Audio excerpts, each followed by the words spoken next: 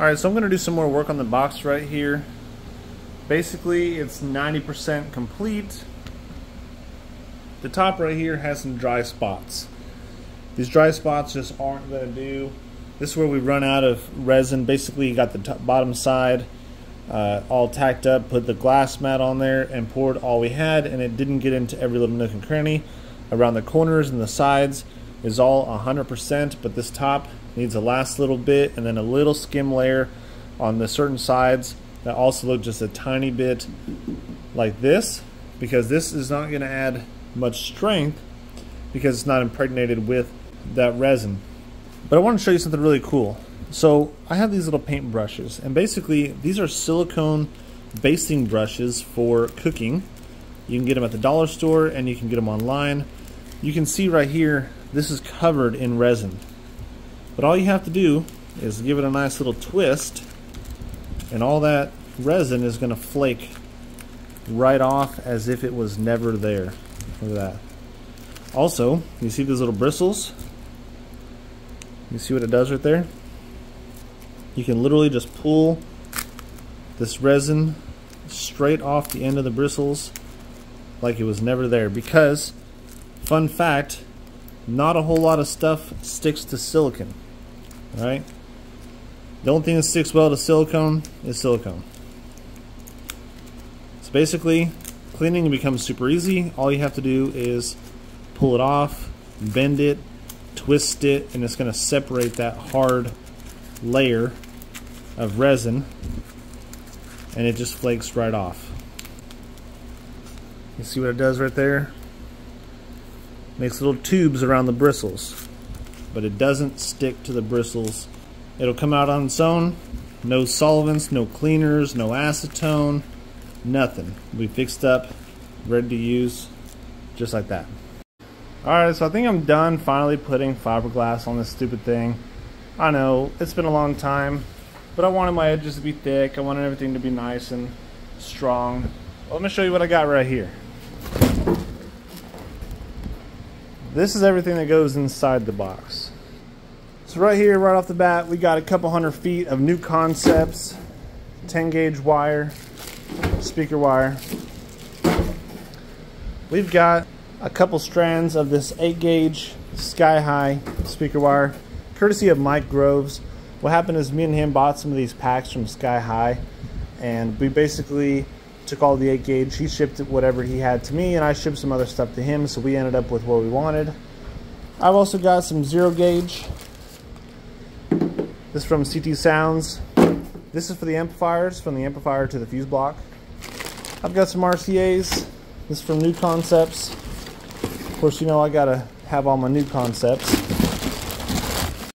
And of course, I've got right here 8 of these New Concepts power distribution blocks. And basically what's gonna happen here, 8 gauge goes in, 10 gauge goes out to all my speakers. So there's gonna be 2 per set of speakers. So 2, 4, 6, 8. And then these wires right here, this 8 gauge OFC, pretty heavy stuff, is going to go out the box and into the amplifiers. The amplifiers are probably going to be mounted here on the side, 1, 2, 3, 4 on the other side, and basically this should be enough wiring to get that done. So these are going to basically get some silicone on the back side, and these need to be secured inside the enclosure with some little bitty screws up to there. Basically, I don't want these coming apart, so they may end up getting some silicone on the sides to prevent rattling or anything like that, but hopefully they're strong enough. They got little covers that might not be getting used for obviously reasons. If this guy comes off of there and becomes a projectile inside the wind zone, not going to happen. So we're probably just going to use that just like that with some heavy silicone and some screws holding those guys on there in pairs. So yeah, basically 2 of those guys like that mounted up inside, just right there, something like that. 2 right there, 2 right there. All the coils are going to come in, and then the main is going to go out. I might even mount these closer to the side or even on the side, because the amplifiers are going to be on the side and the woofer wires can pretty much go wherever. So I think I'm going to do that. I think I'm going to mount these on the sides right here on the top and on the bottom. So for those who haven't seen, the amplifiers I'm going to be putting in this box, I'm going to be putting 4 of these amplifiers I'm about to unbox right now. Let's check it out. This amp is ATV2 3000.1D. We dynoed this on a live stream just the other day and got 4,500 watts burst, 3,900 watts clean all day. So, let's open it up.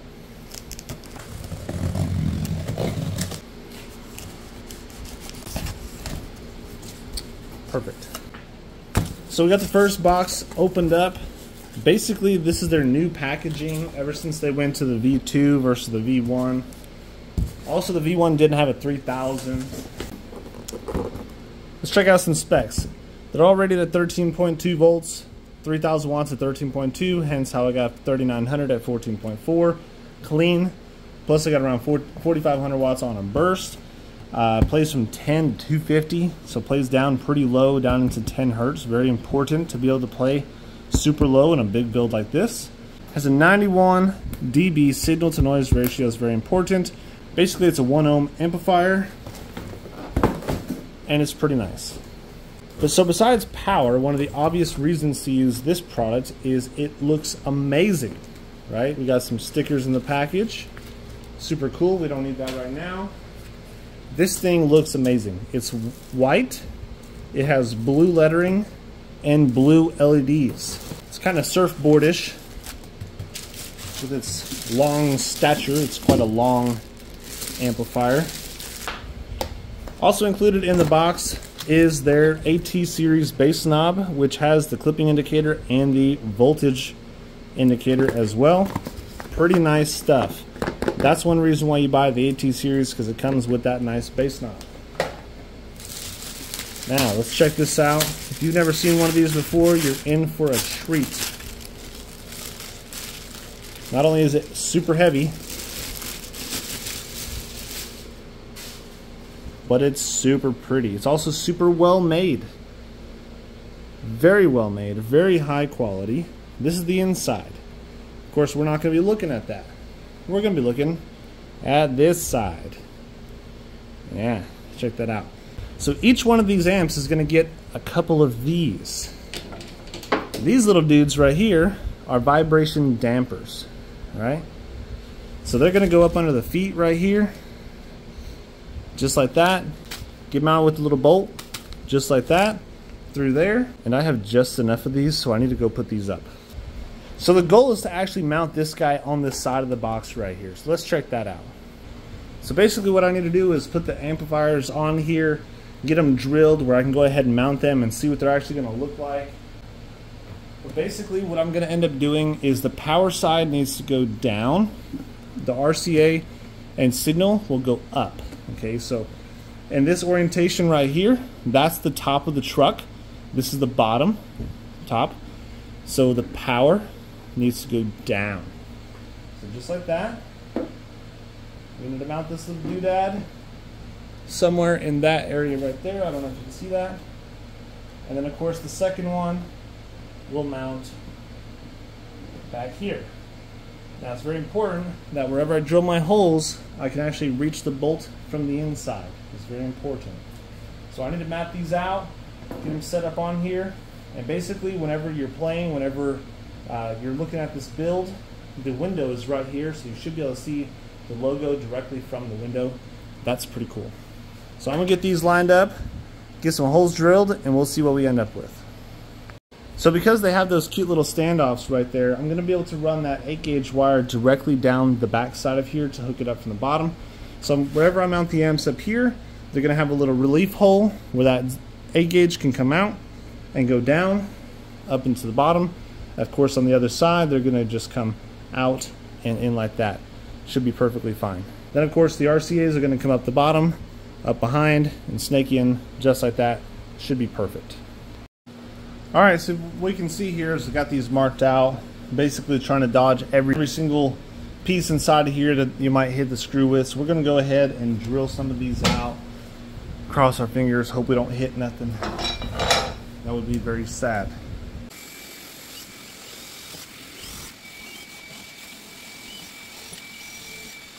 Alright, so you can see I got my little holes drilled here, here, here, here, here, here. I have perfect access to every single one of these holes.